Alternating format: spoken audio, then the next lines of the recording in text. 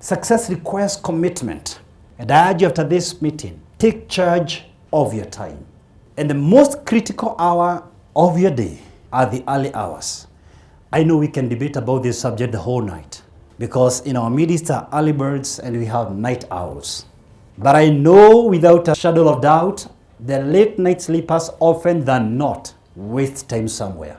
It doesn't have to be doing something bad. It could just be chatting. But there is something that is not accounted for. It's okay if you have accounted for the chatting. But it's a lot of times it is not accounted for at all. Do you know nobody will wake up 4 in the morning to start chatting? Do you know when you wake up early in the morning, you don't even have the mood to engage people. You just want to have some me time and some reflection. You lose 1 hour in the morning and you start looking for it the whole day. When you're busy dreaming in the morning, others are up chasing after their dreams. Did you know most obese people are late night sleepers? Did you know why? By the way, this is not a joke. On average, most overweight people are late night sleepers, and there's the reason. There could be many reasons, but one major reason is this. When you stay late night, by midnight, you're already hungry again. You take another lunch at night. Then you wake up late, you can't take proper breakfast. So you take your breakfast 10:30, 11 o'clock, and they develop a term for it, brunch. And they'll still take lunch and say, I don't eat a lot. You check. I can tell you this, a lot of people had the privilege of meeting Dr. James Mwangi. One day he was speaking there to his regional and branch managers, and some of them are in our midst. I can see them here. And I had the privilege of sitting with him for almost an hour, taking coffee with him. And at some point we reached a stalemate. He was asking me questions, I was asking him questions. I knew I didn't want to tell him much. I just wanted to ask him because this is my senior. I needed to learn from him. But he's very cunning. He wanted to ask me questions. So we were throwing questions.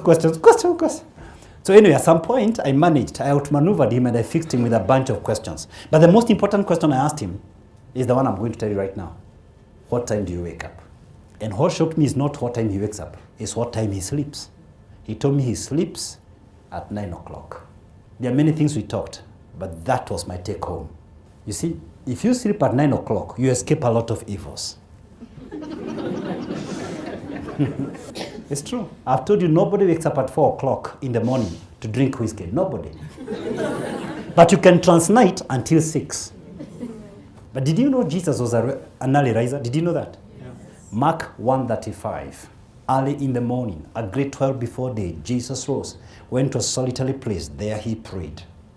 Like any other goal in life, you can't start waking up early suddenly. You're going to overburden yourself. Just cheat yourself a little bit. Decide today you're going to sleep 15 minutes earlier so that tomorrow you wake up 15 minutes earlier. Tomorrow, sleep 20 minutes earlier, wake up 20 minutes earlier. Are you going to get sleep? Of course no. You have been staying late. So what do? Pick a book. Start reading, not e-book. If you read e-book, it is going to interfere with your circadian rhythm all the more. But if you read a hard book, you'll be shocked by the time you sleep. It's equivalent to counting 1 until 500 when you're closing your eyes. Some of these books, when you start reading them, they're too soothing. There's an argument in Africa. To survive in the jungle, a gazelle has to outrun the fastest cheetah. And for the cheetah to survive, it has to run faster than the slowest gazelle. But either way, when the sun comes up, you would rather be found running. That's not my original quote. It's an African proverb.